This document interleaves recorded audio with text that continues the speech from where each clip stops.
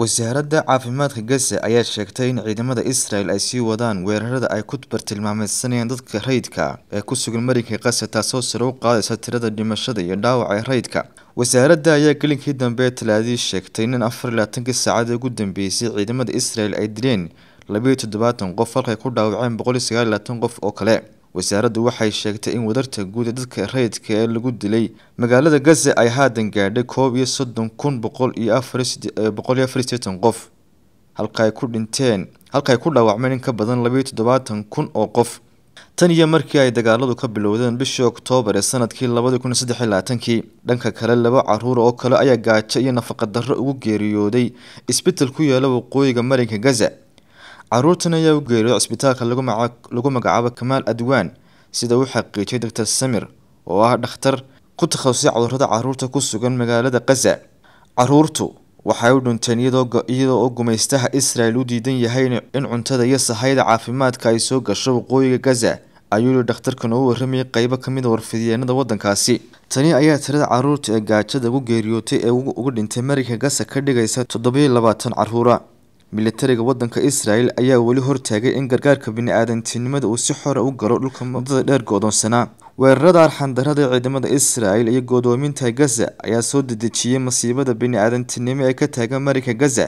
duulaanka Israel ee Gaza ayaa waxaa ku barakacay in ka badan 85% bulshada ku dhaqan Gaza sida ay sheegtay qaramada midoobay. dadka ku nool marinka Gaza ayaa tiradooda lagu qiyaasay 2.3 milyan oo qof.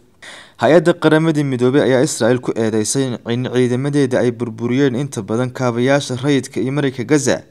ciidamada Israel ayaa maalimadii Salaasadii marinka Gaza ku laayay dad shacab ah oo koonfurta Gaza isku soo baxay sidii ay raashin uga qaadan lahaayeen kolonyada sida gargaarka bini'aadantinimada loogu talagalay in la gaarsiiyo dadka rayidka ah.